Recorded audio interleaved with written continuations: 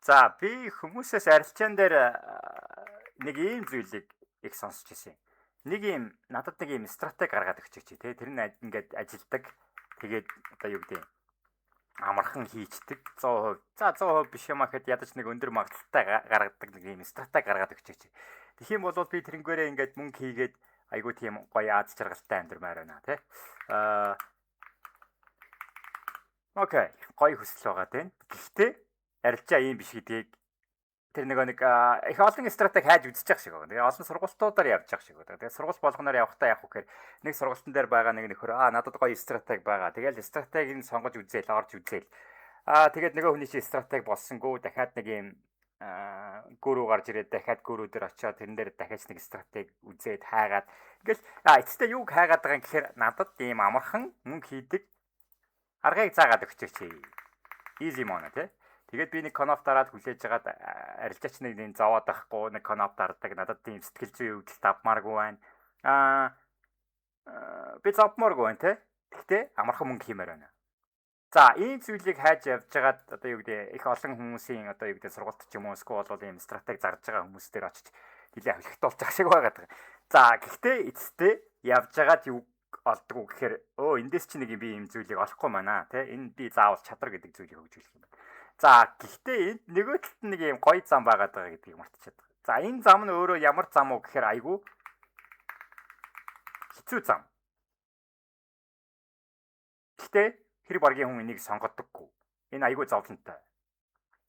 За би болохоор за ийм стратегич нэг хайгаагүй маань. За эндээс би ингэж хэлэх гээд байгаа. Хэцүү замыг сонгооч гэж хэлэх гэдэг. За угаасаа ийм зам байдаг бол яг хүн сонгож болох юм л та өөрөөсөө хайгаад олох юм бол. Гэхдээ ийм зам байхгүй гэдэгт би бол 99% итгэлтэй байгаа юм тийм. За энэ хэцүү замыг сонгох юм бол яах вэ гэхээр энд хүн өөрөө growth гэдэг нэг юм байна. Хүний хөгжил гэдэг зүйлийг энэ арилжаа айгүй сайнаар хөгжүүлж чаддаг тийм. Хэцүү зүйл байх тусам тэр хүнийг хөгжүүлэхдээ айгүй сайн байна. Одоо жишээлбэл одоо биений хувьд одоо юу гэдэг те хэцүү зүйл гэхээр жим байгаад шүү дээ. За жимд бид нар яах гэж явдаг вэ гэхээр тэнд төмөр өргөөд төмөр өргөснөөрөө яах вэ гэхээр тэр хэмжээний жинг одоо булчин дараачийн удаа стрессийг даах хэмжээнд болтлоо хөгжүүлдэг гэж хэлэх гээд байна л та тийм. Тэгэхээр одоо юу гэдэг жимийг жимд яваад тэр нэг юм хэцүү булчин одоо юу гэдэг жинг өргөснөөр тэр хэмжээний стрессийг хүн даах чадамжтай болдгоо бие нь. За яг тэрнтэй ижилхэн жишээлбэл одоо юу гэдэг те хүний нүд байгаа. Заавал одоо юу гэдэг би нэг нүдний эмчт очиод үзүүллээ л дээ. Тэгэхээр нүдний эмч жишээлбэл юу гэж хэлсэн гэхээр окей. Андраа за чиний нүд чинь айгүй муудаж байна. Ягаад гэвэл чи ойроос дандаа юм хараад байгаа учраас энэ нүд чинь нэг юм холын юм харж иж заавал тийм стресс авах л ёстой юм байна л да. Тэгэхээр стресс авахдаа яаж авах гэдэг юм гэхээр холын зүйлийг харж иж энэ нүд өөрөө эрүүл нэг холыг харах чадвараа авч чаддаг юм байна. Хэд залхуу болоод ойрын зөвхөн юмнууд хараад тахаар энэ нэг хараач муудаж байна гэж хэлээд байгаа юм. Тэгэхээр би эндээс юу гэж ойлгосон гэхээр окей, миний нүд бас дандаа стресс авдаг юм байна. За шүд бас байж болж байна. Шүд өөрөө яах вэ гэхээр бас хатуу зүйл хадчих хэрэгтэй гэдэг юм. За зөөлхөн зүйл идсээр байгаа тэр нь одоо юу гэдэг юм. Ямар нэг юм даах чадамжгүй болцсон. За багасаа ааруул идээд байх юм бол юу гэдэг юм бид нарт нэг загтаа шүү дээ. Жохон багаас ааруул идээдсэн бол энэ хатуу юм хазаад байгаа учраас бэхждэг те. Илүү хатуу болж бэхждэг. За би ингэж хөгждөгтэй ижилхэн тархиас тэгж хөгжөд байна. Тархи илүү зүйлийг одоо шатар гэдэг ч юм уу те. Ийм шатар тоглох, ном унших иймэрхүү ийм тархи ажиллуулсан нэг хэцүү зүйлүүдийг комплекс зүйлүүдийг хийж иж өөрийнхөө тархиных нь хөгжил явах гэдэг юм л. За тэгэхээр энэ арилжаан дээр байгаад байгаа энэ хэцүү гэдэг зүйлийг бити үүсгэж хэлж хэлэх гэдэг. Энэ замаар нь явчаач тий. За тархи өөрөө за арилжаан дээр бид нэр юу гэдэг энэ хэцүү замыг сонгох юм бол бид нар яах вэ гэхээр эндээс скил сурах боломжтой. Хүн өөрийгөө сайжруулах боломжтой. Хүний хувьд өөрийгөө сайжруулах боломжтой. За хүний нэг хэрэгцээ гэж байгаа тийм. Төрхөөс ахуулаад хүн өөрсдийн 6 төрлийн чөнөөд 5 6 төрлийн хэрэгцээтэй төрдөг. За тэрэн дээр нэг нь гол нэг асуудал нь юу байгаа гэдэг юм. Чи growth буюу хувь хүний хөгжил гэдэг зүйл заавал хэрэгтэй. Тийхгүй болвол хүн хөгжихгүй болоод ирэхээр яах вэ гэхээр айгүй сэтгэлээр унаад гутраад архи уудаг нэг тийм юу болох гэдэг юм л. За энэ дээр би нэг quote авчирсан байгаа юм да. За энэ Фёдор Достоевский гэдэг юуны Оросын зохиолч. Энэ хүний quote-н дээр юу гэж бичсэн байх вэ гэхээр хүн ямар нэгэн юу гэдэг зориг байхгүй болох юм бол хүрч чадах зориг байхгүй бол ямар ч амьдралд нь өөрөө ямар ч утгагүй болоод бүх нэг найдраа алдаад өөрийнхөө одоо юу гэдэг гунигэндаа живж дууснаа л гэх гээд. Тэгэхээр хүн бид нар мэдчихэж байгаа шүү дээ. Зориггүй болоод хийх ажилгүй болоод ингээд гэртээ хөвтөд байх юм бол улам бүр ингээд нэг юм залхуу болоод гэртээ бүр ингээд нэг юу гэдэг архичин болоод эсвэл бол илүү сэтгэл гутралд ордог ч гэдэг ч юм уу те. За тэгэхээр тэр сэтгэл гутрал гэдэг зүйл ч юм уу эсвэл бол юунууд нь иймэрхүү төрлийн сэтгэл зүйн өвдөлтүүд нь өвчнүүд нь хаанаас гарч ирээд байгаа гэдэг хөвчлэн өөрт нь зовлон байх гал болчихсон байдаг тийм. Тэгэхээр биднийг энэ зовлон гэдэг нь одоо юу гэдэг энэ хэцүү амьдралын хэцүү зүйлдер нүүр тулаад тахаар бид нэр хөгждөг. Угаасаа тийм зориултаар бүтээгдсэн ч гэх юм одоо нэг байгалийнх нь одоо байгалаасаа угаасаа тийм гэж хэлэх гээд байна. Тэгэхээр ямар ч хэцүү зүйлгүй болоо 100% шууд мөнгө олдог тийм юутай болчих юм бол хүн айгүй гоё аз жаргалтай амьдрна гэж бодоод тах шиг байна. Гэхдээ бид нар мэдж байгаа их хүмүүс юу гэдэг ямар ч зовлонгүй баян тансаг амьдралд өссөн хүүхдүүдийг харж байгаа. Өөрөө ямар нэгэн байдлаар өөрийгөө зовлонд унгаж байгаа л тэгэл дахиад тэндээсээ юу гэдэг бараг тэр нь гоё байдаг ч гэх юм уу те будаа шиг гэх юм уу те. За тэгэхээр биднэрт ер нь төрөлхөөсөө ахуулаад ийм хэцүү зүйл хэрэгтэй байна те. Энэ хэцүү зүйлээр дамжуулж бид нар стресс гэдэг зүйлээр дамжуулж бид нар хөгждөг байх гэдэг. Нас биеийн төлөвшдөг гэх юм л та те. За ийм хэцүү зүйл байхгүй байсан бол эндээс хөгжих хүн боломжгүй байгаа юм л. За тэгэнгუთ эндээс одоо юу гэдэг арилжаа өөрөө атсан тараад айгүй хэцүү. Хэрвээ амархан байсан бол би энэнийг бараг л хийхгүй байсан ба. Тэ? Амархан байгаад би тасалтгүй мөнгө хийдэг байсан бол би өдөөд бараг л архичин болцсон байгаа. Ягаад гэвэл ямар ч зорилго байхгүй хийх зүйл байхгүй учраас. Атсан дараад хэцүү учраас энэ хэцүү зүйлээс дандаа надад тасалтгүй хөгжихийг шаардж идэг. За арилжаагаар дамжуулж жишээлбэл би ямар скиллүүд хөгжүүлж чадсан гэхээр энэ дээр фокус гэдэг чадвар. Анхаарал хандуулж байгаа. За арилжаа дандаа одоо цагт явж идэг учраас би анхаарлаа ийшээгээ байнгын хандуулж явах шаардлагатай. Тэгээд нэг жоохон одоо юу гэдэг ийм нэг жоохон нэг юу анхаарал алдчих юм бол би боломжоо алдчих гэдэг учраас анхаарал заавал хөгжих хэрэгтэй болж таарлаа. За анхаарлыг хөгжүүлсэн байгаад байна. За дисциплин гэдэг зүйлийг хөгжүүлээ тийм.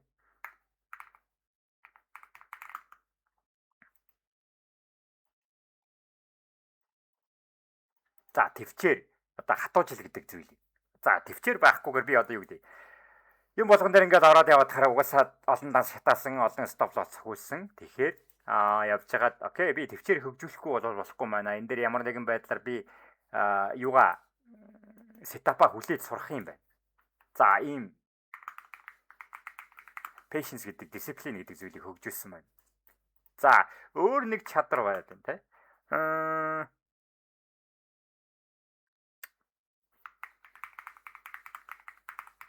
За emotional regulation гэдэг чадвар байна. За энэ emotional regulation гэдэг чадвар өөрөө юг арилжаа надад яаж хөгжүүлсэн гэхээр энэ айгүй stop loss хуулаад эсвэл бол хүлээж явах явцдаа данс шатаагаар айгүй их өвдөлтөй аваадсэн л та.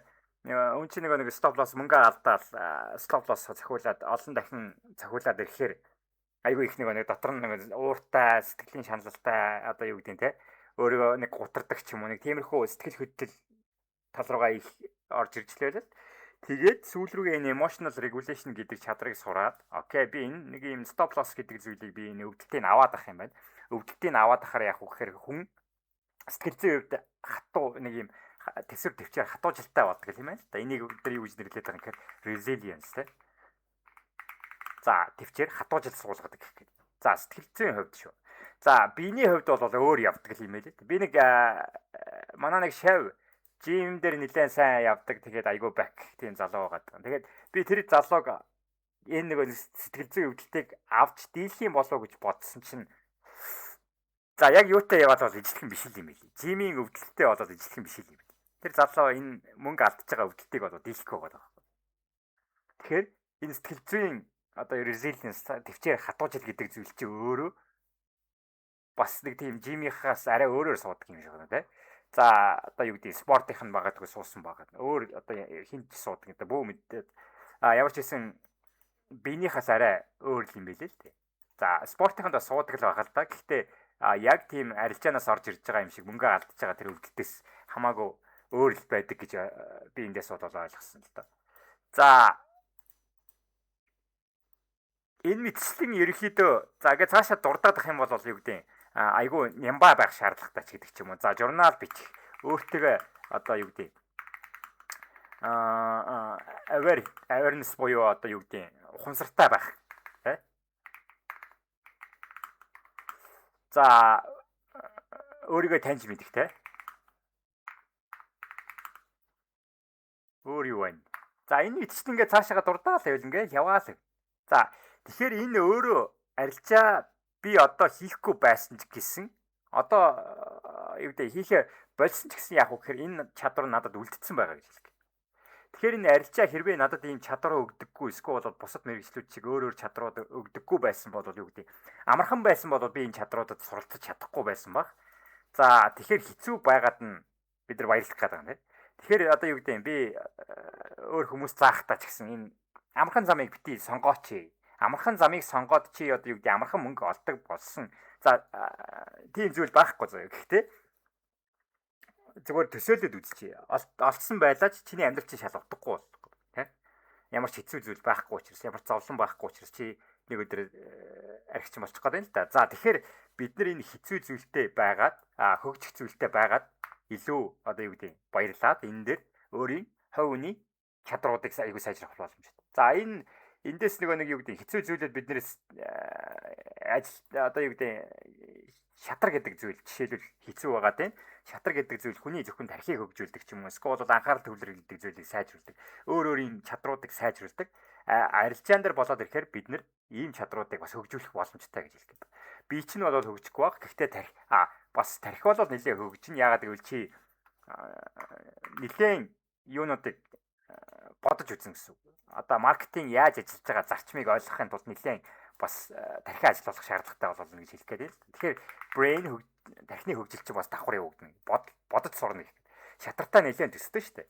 За яавал би энэ дээр long орох уу, яавал short орох уу, ямар үед нь одоо юу гэдэг нэг юм стратеги хөгжүүлнэ гэж яриад байгаа юм тийм. За стратеги хөгжүүлж байгаа учраас чи бодлоо хөгжүүлнэ, тархиа хөгжүүлнэ гэж ярих гэдэг. Тэгэхээр биднэрт яах вэ гэхээр энэ арилжаа өөрөө зөвхөн мөнгө гэдэг зүйлийг өгдөг. Human growth буюу одоо юу гэдэг хувийн хөгжил гэдэг зүйлийг ер нь тулталсан хөгжүүлж чаддаг нэг мэрэгжлүүдийн нэг л байгаад байна. За би урд нь юуны ажил хийж исэн. Шинжээч байсан. Юуны шинжээч? Хөрөнгө оруулалтын шинжээч. За хөрөнгө оруулалтын шинжээч гэхээр бид нар ингээд тайлан бичдэг юунууд хувьцааны юунуудыг гаргадаг, тайлангуудыг гаргадаг. Тэгээд дээрэс нь Монголын талаар одоо юу гэдэг хувьцааны мэдээллийг орчуулж гадныханд өгдөг. Эсвэл бол буцаагаад одоо юу гэдэг гаднаас орж ирж байгаа хувьцаа, гадны хувьцаа ч юм уу, эсвэл бол одоо юу гэдэг алт гэдэг ч юм уу, ийм үнд металлын талаар зөвхөн тайлангууд бичээд тэгээд тэрийг хүмүүст өгдөг. Гэхдээ энд яг энэ мэрэгчлээс би юу сурсан гэхээр за яг бичдэг чадвар байгаа тийм те. Эсвэл бол нэг юм ном уншдаг чадвар ч юм уу, эсвэл бол илүү сайн бичдэг гэдэг чадруудыг сурсан. Гэхдээ яг ийм хувь хүний хөгжил талаараа бол хизээч арилжаа гүйцэх тийм юу байхгүй байгаа байхгүй. Мэрэгжил байхгүй байгаа. За арилжаа бид нар яадгүй гэхээр зөвхөн өөрлөгөө хардаг. Хүмүүсээ хардаггүй тийм. Хүмүүсийн одоо юу гэдэг юу гэж бодож байгаа, юу гэж хүсэж байгаа ч юм уу. Тэр нэг юунуудыг хардаггүй. Зөвхөн өөртөө нүүр тулдаг. За өөртөө нүүр тулж байгаа учраас би одоо ямар сэтгэл зүйтэй юм. Би ямар одоо хэмжээний төвчээртэй юм. Би одоо юу гэдэг сэтгэл зүйн энэ resilience буюу одоо төвчээр хэр ийм өвдөлтийг даах чадвартай юм. Би өөрийгөө хэр сайн awareness буюу ингээд өөрийгөө хэр сайн ойлгож харж чаддаг юм те. За миний толгой одоо юу гэдэг бодлороо би одоо юу гэдэг ямар нэгэн problem solving гэдэг те. Ийм хэцүү зүйл тохиолдвол энэс яаж гарч чадах юм? Энийгээ би ухаж ойлгож чадах уу гэдэг ч юм. Энэ талаар өөрөө арилжаа хүнийг асар ихээр хөгжүүлж чаддаг. Яг гэвэл зөвхөн өөртөө нүүр тулж байгаа учраас. Чамд ямар нэгэн хүн ирж туслахгүй. За яг уу чи ментортай бол ментор чинь чамд туслах баг. Гэхдээ чамд асуудлууд гарч ирээ л нарилжаан дээр. За энэ асуудал гарч ирж байгаа асуудлуудыг чи яаж шийдэх вэ? За энэ гарч ирж байгаа хэцүү олон дараалсан стоп лоссуудын өвдөлтийг чи яаж авах уу те? За ингээд өвдөлт аваад ирэхээр чиний уг хүн чинь гарч ирэхээр чи энэ дээр үнэхээр сайжирч чадахгүй юу гэдэг ч юм. За тэгэхээр энэ арилжааны хэцүү гэдэг зүйлийг юу гэдэг амархан болгох гэж битгий хайгаач. Өөр хүнээс одоо юу гэдэг те нэг юм стратеги олоод авчи. Зөвхөн стратеги олоод авчихаар бүх юм чинь бүтнэ гэж их хүмүүс нь бодоод байгаа шиг байна. Гэхдээ нөгөө талд нь ийм хэцүү замаар нь явах юм бол яг үхээр чамд хувь хүний хөгжлийн хувьд айгүй их сайжралт авчих боломжтой тий. За угаасаа хүний хэрэгт би түрүү хэлсэн тий. Хүн өөрөө хөгжих хэрэгцээтэй. Хүний нэг хөгжил нь одоо юу гэдэг ямар нэгэн хөгжил нь дуусчих юм бол амьдрал нь шал утгагүй болчдөг тийм сэтгэл зүйтэй хүн их юу гэдэг төрөлхөөсөө гэх юм уу те. Тэгэхээр заавал хүн өөрөө цаанаасаа ингээд нэг өөрөө нэг юм зовлон хайж байгаа юм шиг өөрийнхөө хөгжлийг хайж явдаг л байна л те. Нэг юм жимд явдаг ч юм уу, булчин усан сэлдэгч гэдэг ч юм уу. Эсвэл бол одоо юу гэдэг ямар нэгэн бизнес эхлүүлдэг те. Тэгээд шатаж үздэг. Эндээсээ бас нэг хичээл аваад суралцаад өөрийгөө хөгжүүлээ сайжрал явж л байгаа нэг процесс байгаа байхгүй. Тэгэхээр тэр өөрөө хүнийг айгүй сайжруулдаг. Тэгэхээр энэ арилжаа гэдэг зүйлийг энэ талаас нь бас нэг харж үзээрэй гэж хэлэх гээд байгаа.